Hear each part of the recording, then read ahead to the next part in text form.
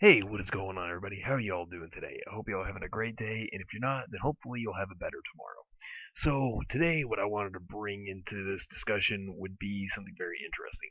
So, I want to talk about Adam Taurus, his abilities, and how he might be defeated, and who might possibly defeat him within RWBY later on. So, I just wanted to take a look at this. Hopefully, you all might find this to be an interesting little thought discussion here.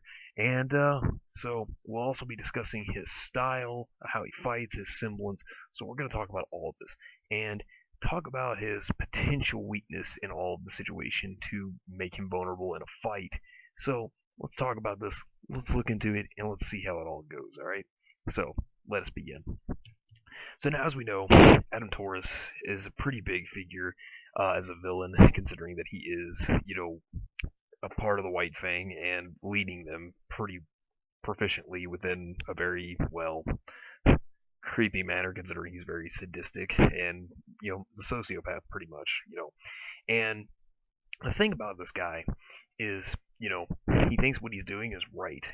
Of course, he's obviously against, humankind for the treatment of the faunus, but there's more to it, more than likely. But we'll see, as we get more, um, you episodes of RWBY per week. But the thing is, now looking at it like this, Blake may be the person that might be able to do this because they're both Faunus. She has decided to create a rebellion against the White Fang at this point and try to expose Adam for, who he is and how evil he is. Now, the thing of it is, here's the problem. We remember what happened last time, and, well, let's be real. Blake lost, and it was a very sad thing to see considering, well, it wasn't really a whole big amount of a fight. It was a little bit of one, but, it's like what Adam said. She would run. And the thing is, well, turned out with her running. Now, does that mean that she is terrible at what she does? No, doesn't mean that at all. I mean, she's pretty good at what she does. She's a good character. She's pretty excellent. Now, the thing is though, is that over this time, Blake has had enough time to learn about Adam. As a matter of fact, considering where the series is at now, looking at it like this, she knows Adam's ins and outs about how he fights, what his style is like, and what he is like as a being. As a faunus, she knows his personality, considering that they were partners at one time. So of course, she's gonna possibly know the ins and outs to his style. Now, an interesting fact is, when you think about it, she knows he's got the sword style, and she understands that he is very powerful with the sword. That he is basically kind of like, in a sense, a master at the blade. Now, this could lead on to a future fight, considering that they are, it's like Beauty and the Beast is kind of what their story is, except for Adam more or less seems like he may not be a redeemable character as to where the Beast was in their actual story. And as we know, Blake wants to stand up to him, and she actually wants to take him down. So this is a big potential, event that may happen in the future.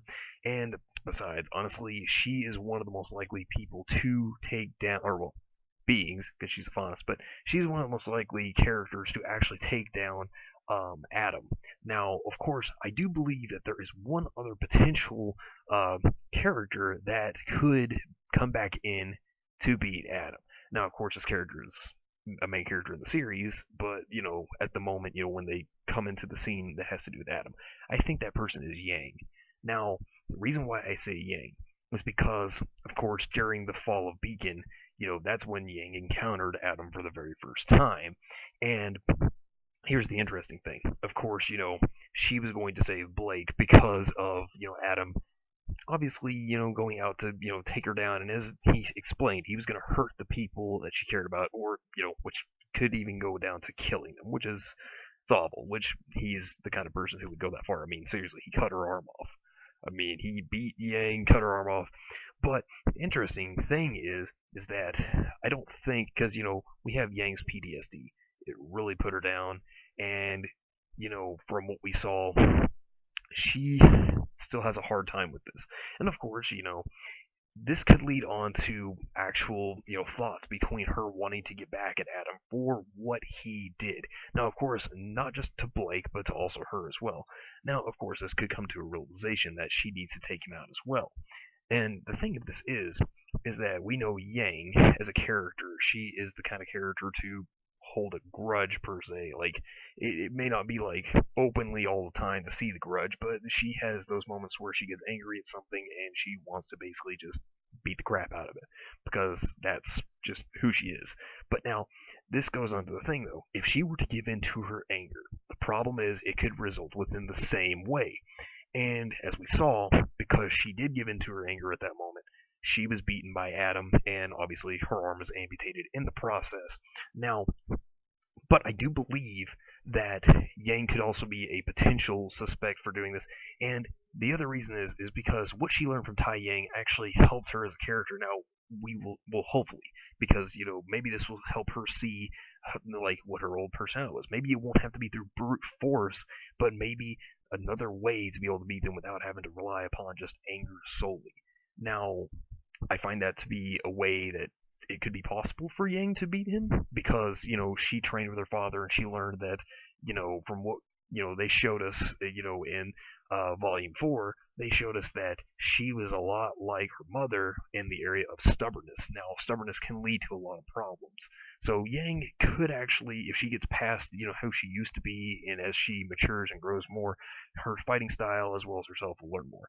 Now if we look into Adam, if we look into his powers and abilities, like let's look at the semblance, or at least take a interesting little look at this. So apparently Adam is able to absorb or block the energy from an enemy attack and then re-emit it again. Now, of course, we've seen him do this within the Black trailer, and of course, he used this against Yang. This is what helped amputate her arm clearly.